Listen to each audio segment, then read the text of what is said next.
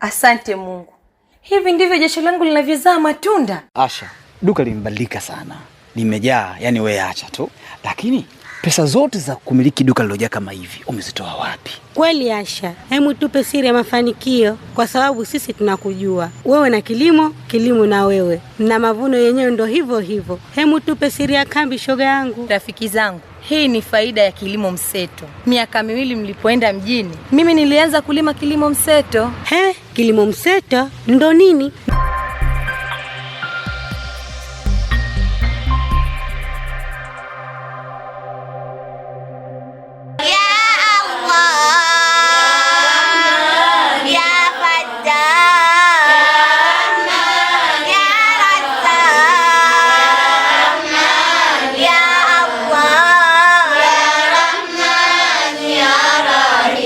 Wito wangu kiukweli ni tushikamane katika kuwasaidia hawa watoto. Jamani, hawa watoto wanahitaji kweli. Kama tutakaa huko mitaani tu bila kutembelea hivi vituo huwezi jua. Lakini kama utakuja katika hivi vituo ndio utaona kwamba hawa watoto wanaishi katika mazingira gani. Wakati sisi watoto wetu tunawaletea sijui nyama, samaki, hawa watoto saa nyingine wanakosa kabisa hata cha kukila.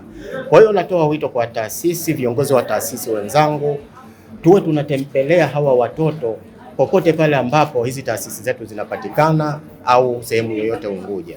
Kiukweli tunastahili kufanya hivyo kwa sababu hawa watoto hawana pengine pa kwenda. Hawa viongozi wa hizi taasisi wanajitahidi sana, lakini kama hawajashikwa mkono na sisi ambao ni wadau, kiukweli watashindwa na hatimaye hawa watoto wanaweza chama kama chama, serikali kama serikali ina mambo mengi ya kufanya. Hawa watoto tunaishi nao sisi huko ngazi ya chini. Kwa hiyo kama sisi tutasema tusubiri mpaka pale serikali itakapokuja au chama kitakapotoa sijui fungu au tamko, kiukweli tutakuwa hatuwatendei haki. Hicho ndio ninachokiongelea. Si chama, serikali tayari hii mifumo ipo, lakini sisi ambao kwenye hivi vikundi vyetu vidogo tutengenezeni mifumo kama hii mifumo ambao tunaitengeneza sisi wana CCM mbele kwa mbele. Sijui nilisema kuna mfumo ambao tunausuka sasa hivi tunauita raise the hand. Raise the hands ni kwamba ni hii mifumo ambao tunaona tumekuja leo tunanyosha mikono kuwafikia wale watoto ambao wanahitaji. Kesho kutwa tutaenda kwa wazee, tutaenda kwa walemavu. Huo ni mifumo ambayo tunatakiwa sisi watu wa chini tuiunde. Na sisi bila kujisahau wenyewe, mifumo ya ndani, wana kikundi wenyewe, tuna changamoto zetu. Lazima tutengeneze mifumo ambayo itatusaidia sisi kama wanachama kuwafikia wale wanaohitaji na sisi wenyewe kusaidiana sisi kwa sisi. Kituo chetu kilianza mwaka 2017 na tulianza na watoto 3, na sababu iliyopelekea huyu mlezi au mkuu wa hichi kituo, mkurugenzi, kuanzisha hichi kituo ni changamoto ambazo alizipitia katika maisha yake.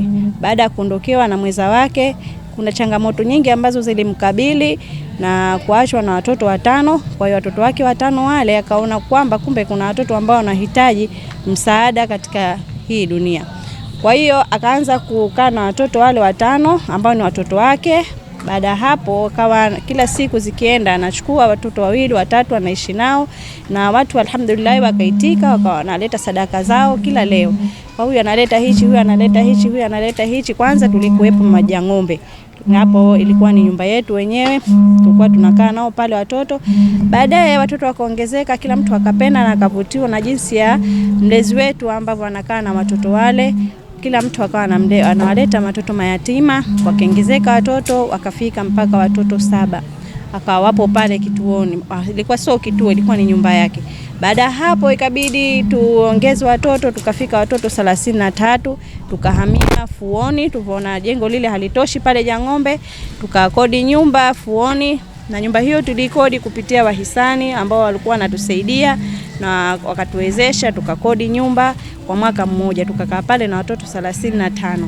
Lakini alhamdulillah wafadhili kila wakija wanauliza changamoto yetu sana tulikuwa tukililia ni kuhusiana na jengo ambalo ndo hili hapa mnaloliona. Alhamdulillah kuna mfadhili alijitokeza akanunua hili eneo akajenga. Baada ya hapo tena ikabidi tuongeze watoto, tukafika watoto 77. Tukawa na watoto 77 katika kituo chetu. tukaona bado jengo halitoshi, lakini kwa bado tunapambana, na kama unavyojua Allah akikuchagua usimamia hili jambo hawezi kukuacha mkono. Allah akatuletea mfadhili mwingine, akatupatia nyumba ambayo ipo Machui. Nyumba hiyo alitoa mwenyewe kwa ajili ya Allah na kwa ajili ya kulelewa watoto mayatima. Tukapunguza watoto hapa wa 30 tukawapeleka kule, hapa tukabakia na watoto 47. Kwa hiyo mpaka sasa hapa tuna watoto 47 alhamdulillah, na tuko Machui tena tuna watoto 30 ambao hii itakuwa ni Maftui A na kule ni Maftui B. Mlezi ni mmoja, Bi Fatma Ali Maftui, ambaye anashirikiana na sisi wasaidizi wake nikiwemo mimi, na kuna wafanyakazi 7 ambao tunajitolea. Hatuna kama msaada au mshahara fulani, hapana. Sisi tunajitolea kwa ajili ya Allah.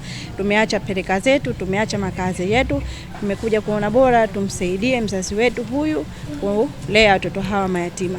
Tunashukuru Allah, mpaka sasa hizi watoto wamekuwa, tuna watoto kuanzia miaka 2 mpaka miaka 17 ambao hapa tunawalea. Tuna watoto ambao wameanza nasari, tuna primary, tuna na sekondari hapa na kituo kile kulishengine. Changamoto yetu saizi zaidi nao tukabili ni kuangalia hawa watoto wamemaliza shule, wanataka kuendelezwa chuo, na tukiangalia watoto hawa ni 4 na kila mtu anataka apelekwe kivyake. Yule mmoja anataka IT, mmoja anataka sheria, mmoja anataka hotel management, na mmoja anataka uuguzi. Kwa hiyo zaidi saizi tunamwangalia huyu anayetaka uuguzi. Kwa hiyo kituo chetu kama nilivyosema hakina mfadhili yoyote, mfadhili ni Allah na yule ambaye amejitolea kuja kuwasaidia watoto hawa. Tunashukuru hajawahi kulala na njaa na wanasoma alhamdulillah kupitia sadaka za watu mbalimbali. Kwa hiyo tunaombeni changamoto hiyo kwa yote anayetusikiliza ambaye anatuona, muje wasaidie watoto wapate wajiendeleze kielimu, na waliomaliza waje wasaidiwe kwa upande wa ajira. Kuhusiana na swala la changamoto zipo nyingi tu, kwa sababu katika kulea watoto wenye tabia tofauti, wenye silka mbalimbali, kunakuwa na changamoto. Lakini kama unavyojua mtoto ni mtoto, anahitaji malezi, tupo tunapambana.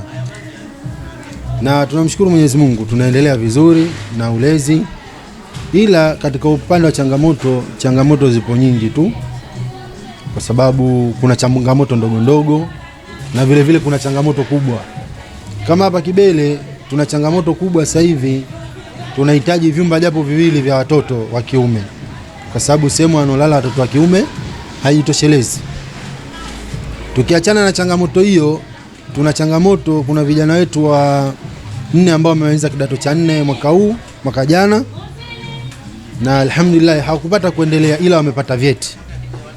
Na sasa hivi tunaye mmoja wa kike ambaye huu mwezi wa 3 tunatarajia ajiunge na chuo cha uuguzi.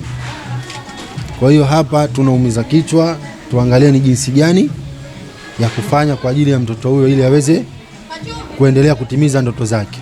Kwa muda nilianza kukaa hapa, nianza kukaa miaka 5 mpaka sasa hivi na miaka 15. Changamoto ilikuwa tunaishi kwenye nyumba ya kukodi, sasa ilikuwa hatuna sehemu ya kulala, chumba kimoja, ilikuwa kuna vyumba 2 tu wanawake na tulikuwa wengi. Sasa hivi walomaliza kusoma hawajapata mfadhili wa kwenda kuwasomesha, walomaliza kusoma form 4.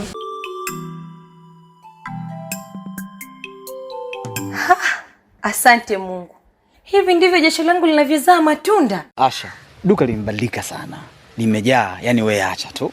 Lakini pesa zote za kumiliki duka lilojaa kama hivi umezitoa wapi? Kweli Asha, hebu tupe siri ya mafanikio, kwa sababu sisi tunakujua wewe na kilimo na wewe na mavuno yenyewe ndo hivyo. Hebu tupe siri ya kambi, shoga yangu. Rafiki zangu, hii ni faida ya kilimo mseto. Miaka 2 mlipoenda mjini, mimi nilianza kulima kilimo mseto.